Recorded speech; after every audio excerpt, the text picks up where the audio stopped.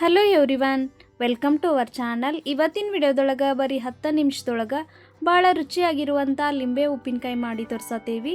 ನೀವೇನಾದರೂ ಇನ್ನೂ ತನಕ ನಮ್ಮ ಚಾನಲನ್ನು ಸಬ್ಸ್ಕ್ರೈಬ್ ಮಾಡ್ಕೊಂಡಿಲ್ಲ ಅಂತಂದ್ರೆ ದಯವಿಟ್ಟು ಹೋಗಿ ಸಬ್ಸ್ಕ್ರೈಬ್ ಮಾಡ್ಕೋರಿ. ಈ ಉಪ್ಪಿನಕಾಯಿ ಮಾಡೋಕ್ಕೆ ನಾವಿಲ್ಲಿ ಮೊದಲಿಗೆ 7 ಲಿಂಬೆಹಣ್ಣು ತೊಳೆದು ಒರೆಸಿ ತೊಗೊಂಡೇವಿ. ಲಿಂಬೆಹಣ್ಣು ಈ ರೀತಿ ಪೂರ್ತಿಯಾಗಿ ಡ್ರೈ ಆಗಿರ್ಬೇಕು ನೋಡ್ರಿ. ಇದ್ರ ಮೇಲೆ ಸ್ವಲ್ಪನೂ ನೀರಿರಬಾರ್ದು. ನೀರಿನ ಅಂಶ ಇದ್ರೆ ಉಪ್ಪಿನಕಾಯಿ ಜಾಸ್ತಿ ದಿನ ತಡೆಯೋದಿಲ್ಲ. ಅದಕ್ಕಾಗಿ ಇದನ್ನು ಕ್ಲೀನಾಗಿ ನೀಟಾಗಿ ಒರೆಸಿ ತಗೋರಿ. ಈಗ ಇವನ್ನ ಸಣ್ಣ ಸಣ್ಣ ಪೀಸಸ್ ಆಗಿ ಕಟ್ ಮಾಡಿ ತಗೋಬೇಕು. ನಾವು ಒಂದು ಲಿಂಬೆಹಣ್ಣೊಳಗೆ 8 ಭಾಗ ಮಾಡಿ ತಗೊಳಕತ್ತೇವಿ. ಈಗ ಎಲ್ಲ ಲಿಂಬೆಹಣ್ಣು ಇದೇ ರೀತಿ ಕಟ್ ಮಾಡಿ ಇದ್ರಾಗಿನ ಬೀಜ ಎಲ್ಲ ತೆಗೆದು ಆಮೇಲೆ ಒಂದು ಬೌಲ್ ಒಳಗೆ ನಾವು ತೊಗೊಂಡಿರುವಂಥ ಲಿಂಬೆಹಣ್ಣಿನ ಪೀಸಸ್ನ ಹಾಕ್ರಿ. ಈಗ ಇದ್ರೊಳಗೆ ದೊಡ್ಡ ಸ್ಪೂನಿಂದ 2 ಸ್ಪೂನ್ ಆಗುವಷ್ಟು ಉಪ್ಪು ಹಾಕ್ರಿ. ಉಪ್ಪು ಹಾಕಿದಾದ್ಮೇಲೆ ಇದನ್ನು ಒಂದ್ಸಲ ಚಂದಾಗ ಮಿಕ್ಸ್ ಮಾಡ್ಕೊಂಡು ತಗೋರಿ. ಈ ರೀತಿ ಮಿಕ್ಸ್ ಮಾಡೋದ್ರಿಂದ ಲಿಂಬೆಹಣ್ಣಲ್ಲಿರುವಂಥ ನೀರು ಬಿಡ್ತೈತಿ. ಎಲ್ಲ ಲಿಂಬೆಹಣ್ಣಿನ ಪೀಸಿಗೂ ಉಪ್ಪು ಹತ್ತುವಂಗೆ ಕರೆಕ್ಟಾಗಿ ಮಿಕ್ಸ್ ಮಾಡ್ಕೊಂಡಾದ್ಮೇಲೆ ಇದ್ರ ಮೇಲೆ ಒಂದು ಪ್ಲೇಟ್ ಮುಚ್ಚಿ ಒಂದು 10 ನಿಮಿಷ ಇದನ್ನು ನೆನೆಸಿಡಬೇಕು.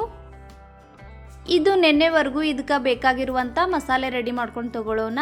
ಗ್ಯಾಸ್ ಮೇಲೆ ಒಂದು ಕಡಾಯಿ ಇಟ್ಟು 1 ಸ್ಪೂನ್ ಆಗುವಷ್ಟು ಸಾಸಿವೆ ಹಾಕ್ರಿ. 1 ಸ್ಪೂನ್ ಆಗುವಷ್ಟು ಜೀರಿಗೆ ಹಾಕ್ರಿ. 1 ಸ್ಪೂನ್ ಆಗುವಷ್ಟು ಮೆಂತೆ ಕಾಳು ಹಾಕಿ ಗ್ಯಾಸ್ನ ಕಡಿಮೆ ಉರಿ ಒಳಗಿಟ್ಕೊಂಡ ಇವನ್ನ ಹುರಿದು ತಗೋರಿ.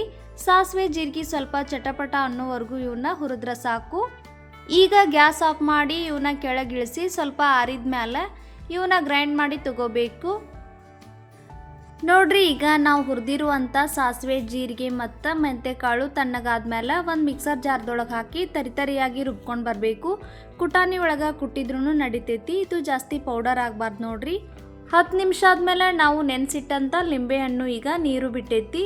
ಇದನ್ನು 10 ನಿಮಿಷನ ನೆನೆಸಿಡ್ಬೇಕಂತೇನಿಲ್ಲ. ನಾವು ಇದಕ್ಕೆ ಬೇಕಾಗಿರುವಂಥ ಮಸಾಲೆ ರೆಡಿ ಮಾಡ್ಕೊಳ್ಳೋವರೆಗೂ ಮಾತ್ರ ನೆನೆಸಿಟ್ಟಿದ್ವಿ. ಇದನ್ನು ಒಂದಿನ ಕೂಡ ನೆನೆಸಿಡ್ಬೋದು.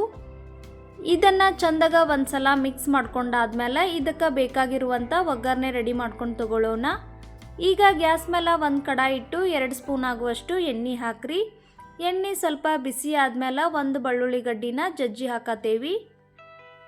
ಈ ಎಲ್ಲ ಪ್ರೊಸೀಜರ್ನು ಗ್ಯಾಸ್ನ ಕಡಿಮೆ ಉರಿ ಒಳಗಿಟ್ಟನ ಮಾಡಿರಿ. ಬೆಳ್ಳುಳ್ಳಿನ ಸ್ವಲ್ಪ ಲೈಟಾಗಿ ಫ್ರೈ ಮಾಡ್ಕೋರಿ.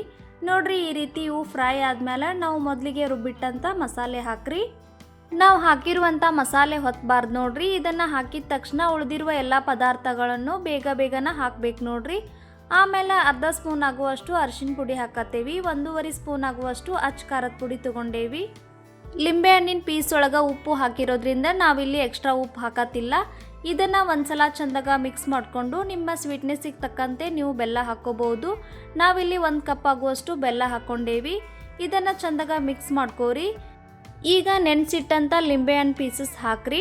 ಇದ್ರಾಗ ಎಕ್ಸ್ಟ್ರಾ ನೀರದು ಏನು ಹಾಕಬೇಡ್ರಿ. ಲಿಂಬೆಹಣ್ಣು ನೀರು ಬಿಟ್ಟಿರೋದ್ರಿಂದ ಇದ್ರಾಗ ಉಪ್ಪಿನಕಾಯಿ ರೆಡಿಯಾಗಿ ಬರ್ತೈತಿ.